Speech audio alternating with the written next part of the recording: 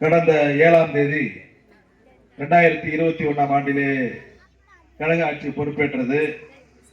தமிழகத்தினுடைய முதல்வராக முத்துவேல் கருணாநிதி ஸ்டாலின் அவர்கள் ஆட்சி பொறுப்பேற்றார். ஆட்சி பொறுப்பேற்ற முதல் திட்டமாக உங்களுக்கு மகளிர் உரிமை தொகை 1000 வழங்கும் திட்டத்தை அறிவித்தார். அதே போல விடியல் பயணம் என்று சொல்லக்கூடிய பேருந்திலே இலவசமாக பயணம் செய்யக்கூடிய அந்த திட்டத்தை மகளிருக்கு அறிவித்தார். இந்த 2 திட்டங்களும் பெண்களுக்கு மிக முக்கியமான திட்டம். மகளிர் உரிமை தொகையை பற்றி நமது தங்க சித்தார்த்தன் அவர்கள் இப்ப சொல்லிட்டு போனாங்க. ஒவ்வொரு குடும்பத்திற்கும் மாதம் 1000 வழங்கும் திட்டம் பெண்களுக்காக அவர்கள் உரிமை தொகையாக கொடுக்கிறார். இன்னும் கொஞ்சம் பேருக்கு வரல அப்படின்னு சொல்றாங்க. அது சட்டமன்றத்திலே தமிழக முதல்வர் அவர்கள் இப்ப கடந்த 1.5 மாதமாக சட்டமன்றத்திலே சென்னையிலே நடந்த சட்டமன்றத்திலே அவர் தெரிவித்தார். அனைத்து சட்டமன்ற உறுப்பினர்கள் கோரிக்கை இந்த மகளிர் உரிமை தொகை கிடைக்காதவர்களுக்கு கிடைக்க வேண்டும் என்றுதான் உங்களது கோரிக்கை. எனவே அந்த கோரிக்கையை ஜூன் மாதத்திலே நாங்கள் கட்டாயம் நிறைவேற்றி தருவோம் என்று தமிழக முதல்வர் அவர்கள் வாக்குறுதியாக உங்களுக்கு தெரிவித்திருக்கிறார். அதனால கிடைக்காதவங்க யாரும் கவலைப்பட தேவையில்லைன்றதுக்காக தான் நான் அதை சொல்றேன். கட்டாயம் சொன்னதை செய்யறது தான் திராவிட முன்னேற்ற கழக ஆட்சி வருகிறார். 1.25 கோடி மகளிருக்கு 1000 ரூபாயை அவர்கள் வங்கி கணக்கிலேயே செலுத்தி வருகிறார்கள். யாரும் போய் எங்கேயும் போய் அலைய தேவையில்லை. அவர்கள் இன்று வங்கி கணக்கிலேயே செலுத்துகின்ற ஒரு திட்டமாக, ஒரு மகத்தான திட்டமாக உங்களுக்கு வழங்குகிறார். அவர் ஒரு அண்ணனாக இருந்து, ஒரு சகோதரனாக இருந்து, தமிழக முதல்வர் அந்த மகளிருக்கு ஒரு உரிமையை நிலைநாட்ட வேண்டும், அவர்களுக்கு செலவுக்கு பணம் வேணும், அவங்க வேற யார்த்தையும் கையேந்த முடியாது என்று உரிமை தொகையாக உங்களுக்கு 1000 ரூபாயை கொடுத்தவர் தான் நமது தமிழக முதல்வர் தளபதி மு.க. ஸ்டாலின் அவர்கள். அவ்வளவுதான் விடியல் பயணம். இங்க இருந்து நீங்க கிருஷ்ணாபுரம் போறதா இருந்தாலும், இங்க இருந்து நம்ம வேப்பந்தட்டை போகிறதா இருந்தாலும் அப்பெல்லாம் ஒரு 5 ரூபா 7 ரூபா நம்ம பணம் கொடுத்து தான் நம்ம போக வேண்டிய நிலைமை இருந்தது. ஆனா இப்ப அப்படி இல்லை. நமது நகர பேருந்துகளிலே உங்களுக்கு இலவசமாக பயணம் செய்யக்கூடிய அந்த திட்டத்தை, விடியல் மீட்பு திட்டத்தை அந்த தளபதி அவர்கள் உங்களுக்கு அறிவித்து அதை செயல்படுத்தி வருகிறார். எந்த முதல்வராவது பஸ்ல போய் நீங்க பாத்திருக்கீங்களா? தளபதி மு.க. ஸ்டாலின் 2 நாளைக்கு முன்னாடி பஸ்ல ஏறி பயணம் செஞ்சார். பாத்தீங்களா? யாராவது டிவி நியூஸ்ல பாத்தீங்களாமா? பாத்தீங்களா இல்லையா? நியூஸ் எல்லாம் பாருங்க, என்ன நடக்குது நாட்டிலும் பாருங்க. ஒரு முதல்வர் ஒரு பேருந்தில ஏறி பயணம் செய்தார் என்றால் அது தமிழக முதல்வர் தளபதி மு.க. ஸ்டாலின் அவர்கள் தான். உங்களுக்காக அந்த பயணத்தை செய்து, இந்த விடியல் பயணம் எல்லாம் உங்களுக்கு எப்படி இருக்கு? சௌகரியமா இருக்கா? டிரைவர் கண்டக்டர்லாம் சண்டை போடாம உங்களை ஏத்துறாங்களா அப்படின்னு கேட்டவர் நம்ம தளபதி மு.க. ஸ்டாலின் அவர்கள். இது மாதிரி எந்த உலகத்திலையும், எந்த தமிழ்நாட்டில் இல்லை, எந்த இந்தியாவில் இருக்க எந்த மாநிலத்திலையும் பார்க்க முடியாது. அவரே மக்களோட மக்களாக பயணம் செய்தவர் நமது தமிழக முதல்வர் அவர்கள் தளபதி மு.க. ஸ்டாலின் அவர்கள். எனவேதான் அவர் இந்தியாவிலேயே நம்பர் 1 முதலமைச்சராக திகழ்ந்து வருகிறார். மக்களுக்கான திட்டங்களை செய்வதிலும் அவர் நம்பர் 1 முதலமைச்சராக திகழ்ந்து வருகிறார். இந்தியாவில் இருக்கிற அத்தனை மாநிலத்தில் தமிழ்நாடு தான் எல்லாத்திலையும் நம்பர் 1. தொழில்துறையா இருந்தாலும் சரி, பள்ளி கல்வித்துறையா இருந்தாலும் சரி, உயர்கல்வித்துறையா இருந்தாலும் சரி, எந்த துறையாக இருந்தாலும் தமிழகம் முதன்மை மாநிலமாக திகழ்கிறது என்றால் அதற்கு தளபதி மு.க. ஸ்டாலின் அவர்கள் தான் காரணம். தளபதி மு.க. ஸ்டாலின் அவர்கள் தான் காரணம். இந்த காலை உணவு திட்டம் இங்க இருக்கிற 1வது வந்து 5வது வரைக்கும் படிக்கிற பசங்க இருக்கிற தாய்மார்களுக்கு நன்றாக தெரியும். காலை உணவு திட்டம் யாராவது கேட்டீங்களா? நீங்க வீட்டுல காலை உணவு திட்டத்தை போடுங்க, யாராவது கேட்டீங்களாமா? உங்க வீட்டுல வந்து போய் உங்களுக்கு தளபதிட்ட போய் காலை உணவு திட்டம் கொடுங்கன்னு கேட்டீங்களா?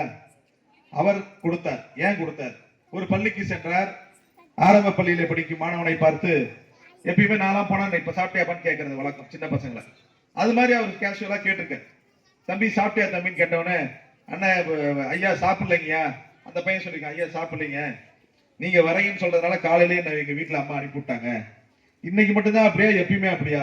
இல்ல மதிய சாப்பாடு போய் சாப்பிட்டுக்குப்பான்னு எங்களை அனுப்பிச்சு விட்டுருவாங்க. ஏன்? எங்க அம்மா காலையில 7 மணிக்கெல்லாம் வேலைக்கு போயிடுவாங்க, அதனால சமைக்க முடியாது, அதனால மதிய சாப்பாடு சாப்பிட்டுக்குவான்னு சொல்லி அனுப்பி விட்டுருவாங்கன்னு சொல்லிட்டாங்க. தளபதி சிந்தித்தார். இதை வீட்டில் போய் சிந்தித்து, காலையில 1வது வகுப்பு முதல் 5வது வகுப்பு வரை படிக்கின்ற மாணவர்கள் மதிய சாப்பாடு மட்டும் சாப்பிட்டா அவங்களுக்கு எப்படி வந்து அறிவு வளர்ச்சி வரும்? எப்படி அவன் படிப்பான்? சாப்பிட்டாதானே நல்லா படிக்க முடியும். யோசித்து யாருக்குமே தோன்றாத ஒரு திட்டம் காலை உணவு திட்டம். இந்த மதிய உணவு திட்டமே நம்ம நீதி கட்சி ஆட்சியில தான் இது கொண்டு வந்தது.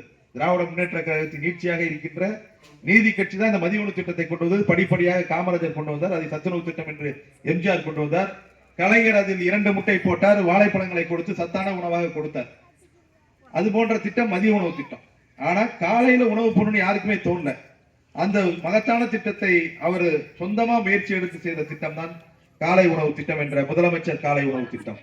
இந்த திட்டத்தின் மூலமாக அனைத்து பள்ளிகளும் கிட்டத்தட்ட 17,000 1,00,000 பள்ளி, அதுல எல்லா பள்ளிகளுக்கும் கொடுத்தாங்க. அரசு உதவி பெறும் பள்ளின்னு இருக்கும், அதாவது அரசாங்கம் பள்ளி, அரசு உதவி பெறும் பள்ளின்னு இருக்கும். அரசு உதவி பெறும் பள்ளிக்கு அந்த சாப்பாடு கொடுக்கல. அடுத்த ஆண்டே இங்க வெங்கனூர்ல ஒரு ஸ்கூல் இருக்கு, அரசு உதவி பெறும் பள்ளி இருக்கு. அடுத்த ஆண்டே என்ன பண்ணாங்க, அந்த ஸ்கூலுக்கும் சாப்பாடு போடணும்னு சொல்லி தமிழக முதல்வர் அந்த பள்ளிக்கும் உணவை கொடுத்தவர் தான் நமது தமிழக முதல்வர் அவர்கள்.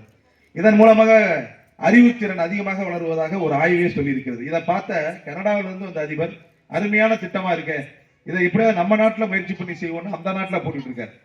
இந்த திட்டத்தை பார்த்து தமிழ்நாடு இந்தியாவில் இருக்கிற மற்ற மாநிலங்கள்லாம் இந்த காலை உணவு திட்டத்தை போட்டுக்கிட்டு இருக்காங்க. குடிநீர் காப்போம் 48 ஒரு திட்டம். ஒரு ஆக்சிடென்ட், இப்ப இந்த ரோட்ல ஒரு ஆக்சிடென்ட் ஆயிடுச்சுன்னா ஒரு காலத்துல நம்மளாம் என்ன பண்ணுவோம், வண்டியில வந்தோம்னா ஐயோ ஒரு விபத்து நடந்துச்சு அப்படின்னு சொல்லிட்டு போயிடுவோமா வீட்டுக்கு? யார வர போய் ஹாஸ்பிட்டல காப்பாத்துறது யாருங்க? யாருமே இருக்க மாட்டாங்க. ஆனா இப்ப என்ன சொல்லியிருக்காரு தளபதி, அது மாதிரி விபத்து ஏற்பட்டா அந்த காப்பாத்தினா அவங்களுக்கு 5,000 ரூபாய் பணம் தரும்னு சொல்லியிருக்காரு. முதல்ல போலீஸ் தொந்தரவு அதிகமா இருக்கும், நான் உன்னை கேஸ்ல சேர்த்துருவேன் அப்படின்னு பயந்துகிட்டு எல்லாம் வீட்டுக்கு போயிடுவோம். ஆனா இப்ப அப்படி இல்லை, அவனை பாராட்டி அவனுக்கு 5,000 ரூபாய் பணம் கொடுக்குறாங்க. இன்னுயிர் காப்போம் 48 திட்டம். அது மட்டும் இல்ல, அந்த ஆக்சிடென்ட் ஆனாங்க இல்லையா, அவங்களுக்கு 2 நாள் ஆகிற செலவு, மருத்துவ செலவு, தனியார் மருத்துவமனையாக இருந்தாலும் அது அரசு மருத்துவமனையாக இருந்தாலும் 1 லட்சம் ரூபாய் இருந்தது, இப்ப தளபதி 2 லட்சமா மாத்திட்டார். 2 லட்சமா இப்ப அவங்களுக்கு கொடுக்குறாங்க. விபத்து நடந்தது. என்ன படிக்கிறீங்க? காலேஜ் முடிச்சீங்க, ரைட். உனக்கு தெரியுமா திட்டம் இருக்குன்னு? ரைட், நன்றி. புதுமை பெண் திட்டம்னு ஒரு திட்டம் இருக்குங்க. 6ஆம் வகுப்பு முதல் 12ஆம் வகுப்பு வரை அரசு பள்ளியிலோ அரசு உதவி பெறும் பள்ளியிலோ படிச்சா கல்லூரியில சேரும் போது அவங்க வங்கி கணக்குக்கே மாதம் 1,000 ரூபாய் வந்துடும். வங்கி கணக்குக்கு மாதம் 1,000 ரூபாய் வந்துச்சுன்னா எதுவும் தேவையில்லை, இவங்க பேருந்துல இலவசமா போய்க்கலாம். ஏன்னா விடியல் பயணம் இருக்கு. 1,000 ரூபாய் கொடுத்தா அவங்க அதில் வச்சு நோட்டு புத்தகம் வாங்கிக்கலாம், அவங்களுக்கு தேவையான என்ன ட்ரெஸ் வாங்கிக்கலாம், எது வேணாலும் வாங்கிக்கலாம். இது போன்ற அவர்கள் உரிமையை காப்பதற்காக புதுமை பெண் திட்டம். அதே போல மாணவர்கள், எங்களுக்கு அந்த திட்டம் இல்லையான்னு கேட்டாங்க. அதே போல மாணவர்களுக்கும் தமிழ் புதல்வன் திட்டம் என்று மாதம் 1000 வழங்கும் திட்டமாக அவர் தந்து கொண்டிருக்கிறார். நான் முதல்வன் திட்டம் மிகச் சிறப்பான திட்டம். இங்க இருக்கிற கல்லூரி மாணவர்கள், அந்த பொண்ணு கல்லூரியை முடிச்சிருச்சு. நான் முதல்வன் திட்டம்ன்றது கல்லூரியில் படிக்கிற மாணவர்கள் அடுத்து வேலைக்கு போகும்போது அவர்களுக்கு இன்டர்வியூன்னு ஒன்று வைப்பாங்க. அந்த இன்டர்வியூலாம் சரியா அட்டன் பண்ணாதனால நம்ம பிள்ளைங்களுக்குலாம் வேலை கிடைக்கல. அவங்களுக்கு எப்படிலாம் இன்டர்வியூ நடத்துவாங்க, எப்படி தேர்வு எழுதணும், இது போன்ற பல்வேறு போட்டித் தேர்வுகளை நடத்துவதற்கெல்லாம் நான் முதல்வன் திட்டம்ன்ற ஒரு சிறப்பான திட்டத்தை அறிவித்து இப்ப தமிழ்நாட்டில் அந்த திட்டத்தின் மூலமா 52 மாணவர்கள் ஐஏஎஸ் ஐபிஎஸ் கோச்சிங்ல யூபிஎஸ்சி என்று சொல்லக்கூடிய ஐஏஎஸ் ஐபிஎஸ் தேர்வுல 52 மாணவர்கள் தேர்ச்சி பெற்றிருக்கிறார்கள் என்ற மகிழ்ச்சியான செய்தி.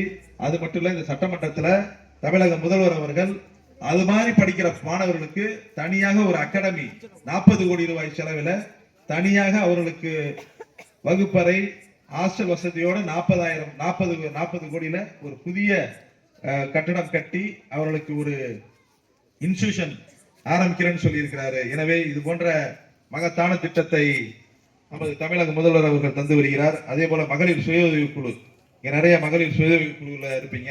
ஆட்சி பொறுப்பேற்றவுடன் மகளிர் சுய உதவி குழு கடனை ரத்து செஞ்சார். யாருமே கடன் கட்ட தேவைன்னு சொன்னார். அது மட்டுமா பண்ணாரு, உடனடியாக அவங்களுக்கு புதிய கடன் வழங்குறோம்னு சொன்னார். எல்லா மகளிருக்கும், இங்க இருக்கிற ஒவ்வொருத்தரும் ஒவ்வொரு மகளிரும் மகளிர் சுய குழுக்கள்ல இருக்கிற ஒவ்வொரு மகளிருக்கும் இது கட்டாயம் தெரிஞ்சிருக்கும். கட்டாயம் நீங்க கடன் வாங்காம இருந்திருக்க மாட்டீங்க. உங்க குழுவுல நீங்க கடன் வாங்கியிருப்பீங்க. அந்த தமிழக முதல்வர் அவர்கள் மிகச் சிறப்பான திட்டமாக இப்ப இந்த சட்டமன்றத்துல 10,000 புதிய மகளிர் குழுக்களை உருவாக்குவதற்காக ரூபாய் 28,000 கோடியை ஒதுக்கி இருக்கிறாருங்க. இந்த சட்டமன்ற கூட்டத்தொடர்ல பல்வேறு திட்டங்களை அறிவிச்சிருக்கிறாரு. சொல்லிக்கிட்டே போங்க. நானு வேப்பந்தட்டை பகுதிக்கு சொல்லணும்னா நிறைய திட்டத்தை சொல்லுவேன். இந்த பெரம்பலூர்ல இருக்கிற எறையூர் தெரியுங்களா, சுகர் ஃபேக்டரி. அந்த எறையூர் சுகர் ஃபேக்டரியில தான் ஒரு பெரிய தொழிற்பேட்டை, சிப்காட் என்று சொல்லக்கூடிய பெரிய தொழிற்சாலை, கோத்தாரி பீனிக்ஸ் என்று சொல்லக்கூடிய ஒரு காலனி பூங்கா ஒரே ஆண்டுல 2022ல அவர் அடிக்கல் நாட்டினார். 2023ல அந்த சிப்காட் என்று சொல்லக்கூடிய தொழிற்சாலை ஆரம்பிக்கப்பட்டு அந்த உற்பத்தியை துவக்கி ஒரே ஆண்டுல அந்த உற்பத்தியை செஞ்சு காமிச்சாங்க அந்த தொழிற்சாலை. இப்ப கிட்டத்தட்ட அது 20,000 வேலை வாய்ப்பு தரன்னு சொல்லியிருக்கு. இப்ப அந்த பகுதியில 2,000-3,000 பெண்கள் அந்த பகுதிக்கு வேலைக்கு சென்று கொண்டிருக்கிறார்கள். பெண்கள் மட்டும் இல்ல, எல்லா விதமான படிப்புகளுக்கும் அங்கே வேலை தந்து மிகச்சிறப்பாக அந்த நிறுவனம் நடைபெற்று வருகிறது. வரக்கூடிய காலத்திலே பாடாலூர் பகுதியில ஜவஹர்லால் கோத்தாரி என்று சொல்லக்கூடிய, எப்ப தம்பிங்களா டேய் கொஞ்சம் அமைதியா இருப்பா, ஜவஹர்லால் கோத்தாரி என்று சொல்லக்கூடிய காலனி பூங்கா 5000 கோடி ரூபாயில ஒரு புதிய தொழிற்சாலை பாடாலூர் பகுதியில வர இருக்கு. அதுவும் மிகச்சிறப்பான திட்டம். இந்த மாதிரி திட்டம் எல்லாம் கொண்டு வரது நம்ம தமிழக முதல்வர் தான். ஏன் சொல்றேன்னா, எம்ஆர்எஃப் தொழிற்சாலைன்னு ஒரு தொழிற்சாலை இருக்கு. ரோட்ல போகும்போது பாத்துருக்கீங்களா? திருச்சிக்கு போகும்போது எம்ஆர்எஃப் தொழிற்சாலை, அந்த தொழிற்சாலையை கொண்டு வந்து நமது மத்திய மாநில அமைச்சர் நன்ராசா 2006-11 திராவிட முன்னேற்ற கழக ஆட்சி வந்தது. இந்த பகுதியில வேலை இல்லை என்ற திட்டத்தை போக்க வேண்டும் என்பதற்காக, இந்த பகுதியிலே தொழிற்சாலை இல்லை என்ற அந்த கோரிக்கையை நிறைவேற்றும் விதமாக இந்த பகுதிக்கு எம்ஆர்எஃப் தொழிற்சாலை கொண்டு வந்தவர் தளபதி மு.க. ஸ்டாலின், நமது கலைஞர், நமது அண்ணன் ராசா அவர்கள். அதே போலதான் இப்ப ஆட்சி பொறுப்பேற்றவுடன் உடனடியாக இந்த வேலை வாய்ப்பை இன்னும் குறைக்க வேண்டும் என்பதற்காக இந்த பகுதிக்கு மேனால் மத்திய அமைச்சர் ராசா அவர்களும், நமது போக்குவரத்துறை அமைச்சர் சிவசங்கர் அவர்களும், தளபதி மு.க. ஸ்டாலின் அவர்களும் இங்கே இந்த கோத்தாரி பீனிக்ஸ் என்று சொல்லக்கூடிய அந்த தொழிற்சாலையை கொண்டு வந்தவர் நமது தமிழக முதல்வர் அவர்கள். அதே போலதான் வேப்பந்தட்டில பகுதியில வந்து ரொம்ப நாளா, நீண்ட நாளா கேட்டுட்டு இருக்கீங்களா? என்னது அந்த மாதிரி வேகமா தலையாட்டுறாங்க. என்ன கேட்கறாங்க? தீயணைப்பு நிலையம், ஃபயர் ஸ்டேஷன் என்று சொல்லக்கூடிய தீயணைப்பு நிலையம். நம்ம வீட்டுல திடீர்னு ஒரு மாடு கிணத்துல விழுந்துச்சுன்னா எங்க இருந்து வரணும்? பெரம்பலூர்ல இருந்து வரணும், ஃபயர் வண்டி இல்லையா? இல்ல திடீர்னு நெருப்பு பிடிச்சிச்சு, எங்க இருந்து வரணும்? பெரம்பலூர்ல இருந்து வரணும். இங்க வர்றதுக்குள்ள இங்க எல்லாம் அணைஞ்சு முடிஞ்சிடும்.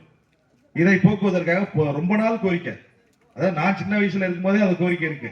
நீண்ட நாள், கிட்டத்தட்ட 30-40 வருஷமான அந்த கோரிக்கை. இந்த பகுதிக்கு ஒரு தீயணைப்பு நிலையம் வேண்டும் என்று கேட்டார்கள். நான் 2022 சட்டமன்றத்திலே அதை பேசினேன். பேசும்பொழுது வேப்பந்தட்டை பகுதிக்கு இந்த தீயணைப்பு நிலையம் வேண்டும் என்ற கோரிக்கை வைத்தேன்.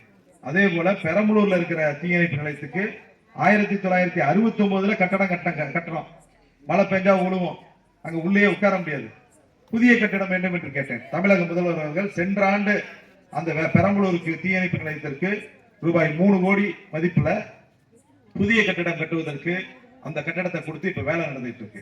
அதே போல இந்த ஆண்டு வேப்பந்தட்டைக்கு நீண்ட நாள் கோரிக்கை தீயணைப்பு நிலையத்தை கொடுத்திருக்கிறார். மிக மகிழ்ச்சியான செய்தி. உங்களுக்கு எல்லாம் அது தெரியாது, ஏன்னா நீங்க வீட்லயே இருக்கிறதுனால உங்களுக்கு தெரிஞ்சிருக்க வாய்ப்பு இல்லை. அதுக்காக தான் எங்க சாதனை எல்லாம் என்னன்னு சொல்றதுக்கு தான் இந்த மாதிரி கூட்டத்தை கூட்டு உங்கள்கிட்ட சொல்றோம். தீயணைப்பு நிலையம் என்ற ஒரு அந்த மிக மகத்தான திட்டம் வேப்பந்தட்டைக்கு வர இருக்கிறது.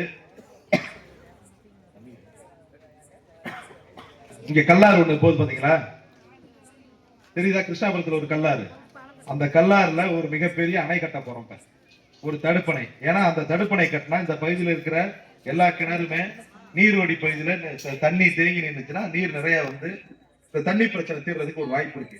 அதனால நமது நீர்வளத்துறை அமைச்சரிடம் இந்த பகுதிக்கு மலையாளப்பட்டியில ஒரு சின்ன முட்டு அணை வேண்டும் என்று கேட்டேன். ஆனால் அவர் நிராகரித்து விட்டார். ஆனால் மீண்டும் அதை முயற்சி செய்து கொண்டு வருவதற்கு கட்டாயம் திராவிட முன்னேற்ற கழக அரசு முயற்சி செய்யும். நான் முயற்சி செய்வேன். அவங்க இல்லைன்னு சொன்னா கூட நான் இந்த சட்டமன்றத்தில் பேசும்போது மீண்டும் அதை கேட்டிருக்கிறேன். எப்படியாவது அந்த சின்ன முட்டு அணை இந்த பகுதிக்கு தேவை இருக்கிறது, அதை கொண்டு வந்து தர வேண்டும் என்று முதல்வரிடம் கோரிக்கை வைத்திருக்கிறேன்.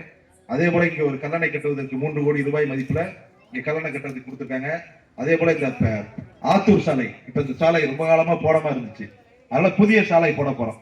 இந்த சாலை வந்து ரூபாய் 23 கோடி ரூபாய் மதிப்புல இங்க ஒரு தார் சாலை, மிக அற்புதமான சாலை வர இருக்கிறது.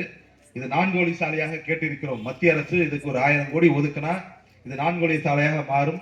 அது இப்பொழுது நமக்கு இப்ப நம்ம பிஜேபி மோடி கேட்டா தருவானா? 1000 கோடி தருவானா? நமக்கு வேலை அந்த புதிய தார் சாலையாக போடணும்னு சொல்லியிருக்காரு. அதுக்கு டெண்டர் எல்லாம் விடப்பட்டாச்சு, அப்படிதானே பாஸ்கரன்? டெண்டர் விடப்பட்டாச்சு, விட்டு இப்ப ரோடு போட போறாங்க. அது மாதிரி இது போன்ற பல்வேறு திட்டங்கள். மலையாளப்பட்டி இந்த பக்கத்துல நம்ம ஊர்ல மலையாளப்பட்டி இருக்கு, அந்த பகுதி நம்ம ஊர்ல கடைசி ஊர். போயிருக்கீங்களா எல்லாம் மலையாளப்பட்டிக்கு? கடைசி ஊர், அந்த ஊர்ல கடைசியா ஒரு கோயில் ஒண்ணு இருக்கு. அந்த பகுதி மக்களுக்கு 1.5 கோடி மதிப்பீட்டுல ஒரு திருமண மண்டபம் கட்டி கொடுத்துருக்காங்க. இது வரைக்கும் யாரும் அந்த பக்கம் அந்த அதிமுக போய் கூட பாத்துக்க மாட்டோம். அந்த பகுதியெல்லாம், அந்த பகுதியில போய் 1.5 கோடி மதிப்பீட்டுல ஒரு திருமண மண்டபம் கட்டியிருக்கோம். அதை கடக்கிறதுக்கு ஒரு பாலம் ஒன்று தேவை என்று கேட்டிருக்கிறார்கள். அந்த பாலத்தை நாங்கள் இந்த ஆண்டு நாங்கள் அதை சாங்ஷன் பண்ணி கொடுக்க போறோம். ஏன்னா அந்த மழை வந்துச்சுன்னா அதில் போக முடியாது, அதில் ஒரு புதிய பாலம் என்று கேட்டிருக்கிறார்கள். அதே போலதான் இந்த பக்கம் வெள்ளுவாடி திருவாளந்துறை பகுதியில ஒரு 9 கோடி ரூபாய் மதிப்பீட்டிலும் 7 கோடி ரூபாய் மதிப்பீட்டிலும் பெரம்பலூரையும் திட்டக்குடியும் இணைக்கக்கூடிய, அதாவது கடலூர் மாவட்டத்தை இணைக்கக்கூடிய 2 மிகப்பெரிய பாலம். அதுவும் நீண்ட நாள் கோரிக்கை, யாரும் செய்யல. அதிமுக கடந்த 10 ஆண்டு காலம் ஆட்சியில் இருந்துச்சு, செய்யவே இல்லை. ஆனா நம்ம திராவிட முன்னேற்ற ஆட்சி வந்தவுடன் மேலாள் மத்திய அமைச்சர் ராசாவிடம் இந்த தகவலை தெரிவித்து அதற்கு எப்படியாவது இந்த சாங்ஷன் வாங்கி கொடுங்கன்னு சொல்லி 9 கோடி 7 கோடி ரூபாய் மதிப்பீட்டிலே அந்த திட்டத்தை செயல்படுத்தி பாலெல்லாம் முடிஞ்சு போச்சு. பாலை திறக்க போறோம். அந்த அளவுக்கு மிகச்சிறப்பான திட்டங்களை எல்லாம் இந்த பகுதிக்கு நாங்கள் வழங்கி இருக்கிறோம். அதே போல வெங்கனூருக்கு வரணும். ஏன்னா வெங்கனூர் எம்ஆர் அண்ணன் கோச்சுக்குவார். மிகச்சிறப்பான ஒன்றியத்தின் துணை பெருந்தலைவராக பணியாற்றி பல்வேறு திட்டங்களை இந்த பகுதிக்கு நிறைய தந்திருக்கிறார். இவ்வளவு பணம் எங்க இருந்து வாங்கிட்டு வந்தாருன்னு தெரியல. கிட்டத்தட்ட ஒரு 6-7 கோடி ரூபாய் மதிப்புல இங்க இந்த ஊருக்கு மட்டும் செஞ்சிருக்காங்க. சமுத்திரம்மா கோயில் ரோடா அது? சமுத்திரத்தம்மா கோயில் ரோடுன்னு ஒரு ரோடு போட்டிருக்காங்க. அது எவ்வளவு தெரியுமா? 4 கோடி ரூபாய் மதிப்புல போட்டிருக்காங்க. அந்த ரோடு மிகப்பெரிய சாலை, 4 கோடி ரூபாய் மதிப்பீட்டுல மிக அற்புதமா போட்டிருக்காங்க. சிமெண்ட் கோயில் சிமெண்ட் ரோடு 13 லட்சம் ரூபாயில போட்டிருக்கு. இந்த வீதி தான். அதே போல இதுக்கு ஒரு கழிவுநீர் கால்வாய் ஒண்ணு கேட்டிருக்காரு. அதை நான் எம்எல்ஏ ஃபண்ட்ல கிட்டத்தட்ட 6 லட்சம் ரூபாய் மதிப்பீட்டுல இங்க கொடுத்துருக்கேன். என்னோட தொகுதி மேம்பாட்டு நிதியில 6 லட்சம் ரூபாய் இங்க கொடுத்துருக்கேன். அதே போல கவர்பனை, நம்ம எதிர்த்தாப்புல கவர்பனைக்கு போறோம் இல்லையா, முதல்ல அந்த சாதாரண ரோடு தான் இருந்துச்சு. இப்ப அதுக்கு ஒரு தார் சாலை போட்டிருக்கோம் 13 லட்சம் ரூபாய் செலவுல. அதே போல பிசி தெருல சிமெண்ட் சாலை கிட்டத்தட்ட 13 லட்சம் ரூபாய், அது எம்எல்ஏ ஃபண்ட்ல நான் கொடுத்துருக்கேன் இந்த பகுதிக்கு. அதே போல தனிநபர் வீடு குடிநீர் இணைப்புக்கு 30 லட்சம் ரூபாய். ஒவ்வொரு வீட்டுக்கு முன்னாடியும் குடிநீர் இணைப்பு இருக்கு இல்லையா, அது 30 லட்சம் ரூபாய் செலவுல பண்ணியிருக்கோம். அதே போல தண்ணீர் டேங்க் 60 லட்சம் லிட்டர் தண்ணீர் டேங்க் இந்த ஊர்ல 17 லட்சம் ரூபாய் மதிப்புல செஞ்சிருக்கோம். பெருமாள் கோயில் சுற்றுச்சுவர் 7 லட்சம் ரூபாயில பண்ணியிருக்கோம். சுகாதார வளாகம் 6 லட்சம் ரூபாய் செலவுல சுகாதார வளாகம் கட்டி கொடுத்துருக்கோம். இந்த பகுதிக்கு மட்டும் கிட்டத்தட்ட ஒரு 5 கோடி 6 கோடி ரூபாய் மதிப்பீட்டிலே மிக அற்புதமான திட்டங்களை வழங்கிய அரசு திராவிட முன்னேற்ற கழக அரசு. இது போன்று உங்கள்கிட்ட கடந்த கால ஆட்சியில 10 வருஷமா அதிமுக ஆட்சி செஞ்சுட்டு போனா யாராவது ஒருத்தர் பட்டியலிட்டு சொல்ல முடியுமா இந்த வேலையெல்லாம் நாங்க செஞ்சோம்னு சொல்ல முடியுமா? ஆனா திராவிட முன்னேற்ற கழக அரசு நெஞ்சை நிமிர்த்தி சொல்கிறது, உங்களுக்கான அரசு, உங்கள் தேவைகளை நிவர்த்தி செய்யக்கூடிய அரசாக, உங்களுக்கு என்னவெல்லாம் தேவை இருக்கிறதோ அதை செய்து கொடுக்கிற அரசாக, உங்களுக்கு அத்தனை திட்டங்களையும் செய்து கொடுத்த அரசு நமது தமிழக முதல்வர் தளபதி மு.க. ஸ்டாலின் அவர்களுடைய அரசு. எனவே நீங்கள் வரக்கூடிய காலங்களிலே எந்த தேர்தல் வந்தாலும் அந்த தேர்தலில் திராவிட முன்னேற்ற கழக அரசை மீண்டும் ஆட்சி கட்டிலில் அமர்த்த வேண்டும் என்று கேட்டுக்கொண்டு இந்த பகுதியினுடைய அமைச்சர் மேலாள் அமைச்சர் ராசா அவர்களுக்கும் அதே போல நமது போக்குவரத்து துறை அமைச்சர் சிவசங்கர் அவர் கரங்களை வலுப்படுத்த வேண்டும். அதற்கு நீங்கள் திராவிட முன்னேற்ற கழகத்திற்கு தொடர்ந்து ஆதரவாக இருக்க வேண்டும் என்று கேட்டு வாய்ப்பிற்கு நன்றி தெரிவித்துக் கொள்கிறேன். நன்றி, வணக்கம்.